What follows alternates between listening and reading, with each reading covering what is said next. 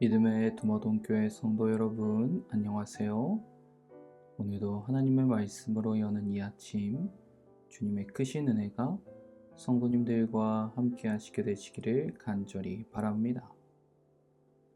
이번 주는 13과 마지막 모습들의 내용을 가지고 함께 말씀의 은혜를 나누고자 하는데요.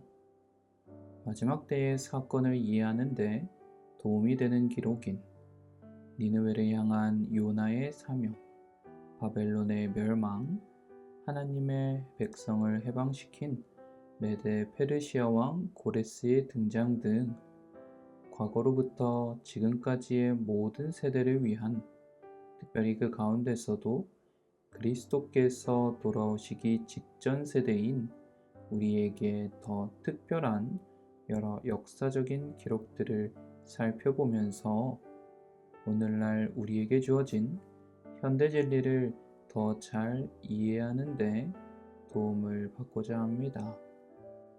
다만 연구에 앞서 한 가지 주의해야 할 점이 있다면, 이 광범위한 주제와 암시들을 살펴볼 때에 예언적 억측을 만들 정도로 모든 세부 사항을 하나하나 분석하려고 하지 말아야 한다는 것인데요. 숨겨진 진리를 찾기를 기대하며 모든 세부 사항을 억지로 해석할 것이 아니라 예수님의 비유에서처럼 주요 요점과 원칙들을 찾아야 한다는 것입니다. 이 점들을 유의하면서 오늘 함께 살펴볼 첫째 날 소지, 주저하는 선지자는 요나의 이야기입니다. 요나의 이야기는 성경 가운데서 비록 1에서 4장의 짧은 내용이지만 큰 의미를 담고 있는데요. 하나님께서 처음 요나에게 니느웨로 가서 복음을 전하라 명령하셨을 때 요나는 순종하기를 주저합니다. 그도 그럴 것이, 당시 니느웨가 수도였던 나라 아스르는 잔혹한 통치를 하기로 유명한 나라였습니다. 그래서 그들의 벽화에는 그들이 자행한 끔찍한 장면들로 가득했으며, 아스르에 정복당한 민족들은 상상할 수 없는 가장 잔인한 방법들로 죽임을 당했는데요. 과연 어느 누가 그들의 수도에 가서 그들의 죄를 낱낱이 밝히고 회개의 기별을 전파하고 싶었을까요? 그래서 하나님의 명령에도 요나가 몰래 다시스로 도망쳤던 것입니다.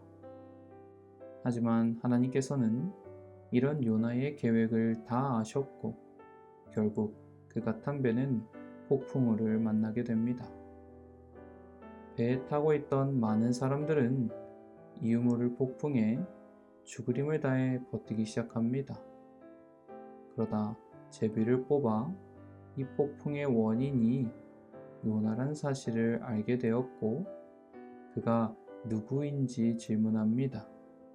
그의 요나는 나는 히브리 사람이요 바다와 육지를 지으신 하늘의 하나님 여호와를 경외하는 자라고 대답합니다.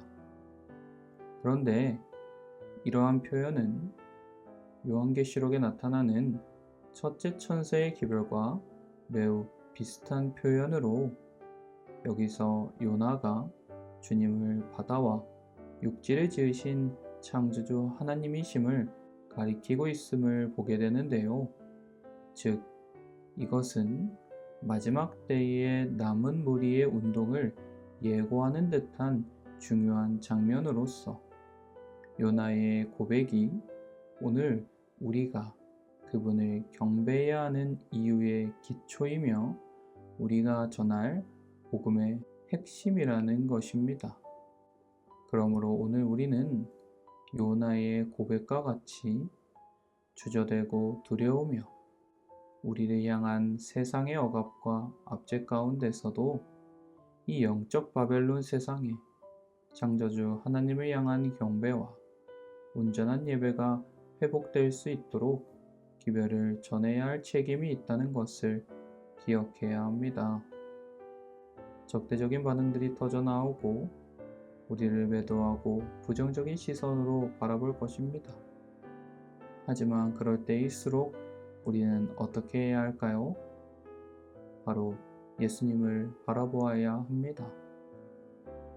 마태복음 12장에서 바리새인들과 서기관들이 예수님께 표적을 구하며 그분이 하나님의 아들이자 메시아라는 사실을 믿기 거절합니다. 그때 예수님께서는 이렇게 말씀하십니다. 마태복음 12장 39절로 41절의 말씀입니다. 예수께서 대답하여 가라사대 악하고 음란한 세대가 표적을 구하나 선지자 요나의 표적밖에는 보일 표적이 없느니라. 요나가 밤낮 사흘을 큰 물고기 뱃속에 있었던 것 같이 인자도 밤낮 사흘 땅속에 있으리라. 심판 때에 니느웨 사람들이 일어나 이 세대의 사람을 정죄하리니 이는 그들이 요나의 전도를 듣고 회개하였음이오니와 요나보다 더 큰 이가 여기 있으며. 주님께서는 이 세상에 오시는 것이 십자가의 희생을 의미하는 것을 알고 계셨음에도 잃어버린 자들을 찾아 구원하러 이 땅에 오셨으며 요나가 자신의 죄로 인해 그 물고기 뱃속에 사흘을 보냈던 것처럼 그분께서는 우리의 죄 때문에 무덤에서 사흘을 지내셨습니다. 이 모든 것은 결국 잃어버린 자들을 구원하는 데 필요한 일이었으므로 주님께서는 그 길을 걸어가신 것입니다. 그러므로 사랑하는 도마동교회 성도 여러분, 모두가 알고 있는 사실이지만 요즘 한 명의 영혼을 구하는 일이 쉽지 않습니다. 복음 전하는 것이 눈치가 보이고 말 한마디 거는 것이 어려운 때입니다. 또 세상의 불만은 극에 달해 있고 사소한 일들로 싸우며 교회를 향한 인식과 평판은 어려워져만 가기에 많은 주님의 종들이 복음을 전하기를 주저하는 것입니다. 그렇게 간절히 바라기는 이럴 때일수록 마지막 때인 것을 기억하고 예수님의 모본을 따라 요나의 고백처럼 나는 히브리 사람이요 바다와 육지를 지으신 하늘의 하나님 여호와를 경외하는 자 곧 그리스도인임을 우리가 외치면서 영적 바벨론에서 나와 참 하나님을 경배하도록 진리를 전할 수 있게 되는 저와 모든 도마동교회 성도님들 되시기를 간절히 바라면서 오늘 말씀을 마치겠습니다. 이 시간 함께 기도하겠습니다. 먼저 첫 번째로 주저하는 마음이 없이 마지막 때를 위한 심판의 기별을 온전히 전할 수 있는 백성들 될 수 있도록 기도해 주시고요. 두 번째로는 도마동교회 성도님들의 건강과 회복을 위하여 기도해 주시고요. 마지막으로 각자의 기도 제목들을 가지고 함께 기도해 주시길 바랍니다. 그럼 이 시간 제가 기도하겠습니다. 언제나 저희들을 사랑하여 주시는 하늘에 계신 하나님 아버지, 오늘도 귀한 말씀으로 하루를 시작할 수 있도록 인도하여 주심에 감사드립니다. 오늘은 마지막 때의 기별을 어떠한 마음과 자세로 받아들이며 세상을 향해 전해야 하는지를 살펴보았습니다. 주님, 저희들은 부족하고 연약하며 주저하는 선지자 요나의 모습과 같사오니 크신 지혜와 용기 허락하여 주시옵소서. 그리하여 그리스도인으로서 바다와 육지를 지으신 하나님을 경외하는 자로서 바로 서고 죄인들을 향한 예수님의 마음처럼 마지막 때의 기별을 전함에 있어서 한 영혼을 위해 모든 것을 헌신할 수 있는 간절함과 용기를 가지고 나아갈 수 있도록 인도하여 주시옵소서. 계속해서 바라기는 도마동교회 성도님들의 건강과 회복을 위하여 기도합니다.